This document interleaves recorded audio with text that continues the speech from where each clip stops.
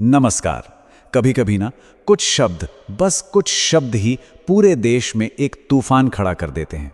आज हम एक ऐसे ही बयान की पड़ताल करेंगे जिसने समाज से लेकर सियासत तक हर जगह एक बड़ी बहस छेड़ दी।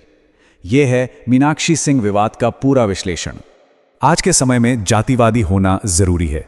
सिर्फ एक लाइन जिसने सोशल मीडिया पर जैसे भूचाल ला दिया। अब सुनने में तो ये बात बहुत चौंकाने वाली है ना? और इसने कई गंभीर सवाल भी खड़े कर दिए। और ये कहने वाला कौन है? कोई और नहीं बल्कि एक senior IAS officer Meenakshi Singh. और यही बात इस विवाद को और भी ज्यादा पेचीदा बना देती है। तो सवाल यही उठता है कि एक पब्लिक सर्वेंट जिसकी जिम्मेदारी तो निष्पक्ष रहने की होती है, वो ऐसा बयान भला क्यों देगा? चलिए इसी सवाल का जवाब ढूंढते हैं। तो चलिए कहानी को एकदम शुरुआत से समझते हैं। आखिर हुआ क्या था? बात एक आईएएस अफसर की है और उनके एक बयान की, जिसने पूरे देश में एक बहस को जन्म दे दिया। तो बात है 23 दिसंबर 2025 की। जगह थी एजे जैक्स का एक सम्मेलन, जहां मीनाक्षी सिंह भाषण दे रही थीं। और वहीं पर उन्होंने वो बात कह दी जिसने सबको हैरान कर दिया, यानी जातिवादी होने की जरूरत। बस फिर क्या था? उनके भाषण का वीडियो क्लिप सोशल मीडिया पर आग की तरह फैल गया और कुछ ही घंटों के अंदर #मीनाक्षी सिंह पूरे देश में ट्रेंड करने लगा। अब सवाल यह है कि इन शब्दों के पीछे का मतलब क्या था? क्या मीनाक्षी सिंह का इरादा वही था जो सुनाई दे रहा था? चलिए उनके पक्ष को भी समझने की कोशिश करते हैं कि आखिर उनका तर्क क्या था। देखिए, उनके तर्क का जो निचोड़ था वो ये था कि लोगों को अपनी जाति की पहचान को समझना चाहिए ताकि समाज में एक दूसरे का सहयोग बढ़े। उनके हिसाब से ये कथित तौर पर होने वाले भेदभाव के खिलाफ कमजोर वर्गों का साथ देने और समाज में एक पॉजिटिव बदलाव लाने का एक जरिया है। अगर उनके तर्क को और थोड़ा खोल कर देखें तो इसमें 4 खास बातें थीं।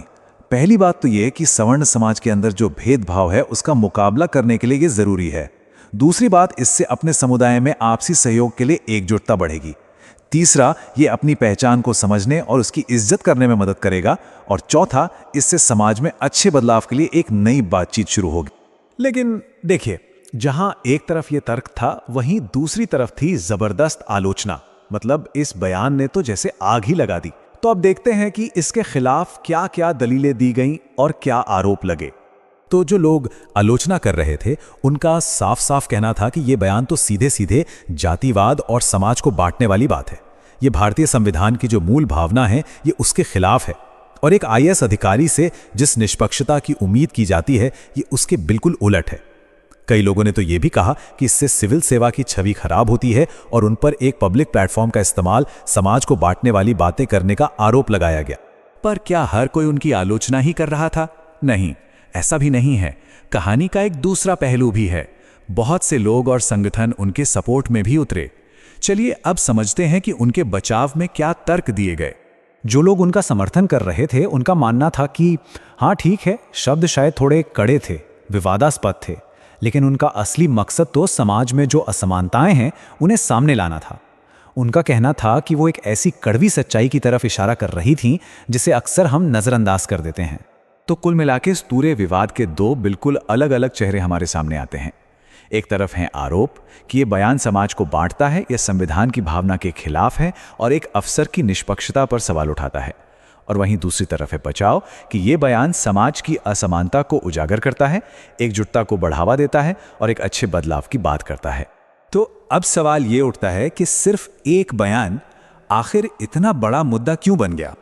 इस पूरे विवाद के असल में बड़े मायने क्या हैं?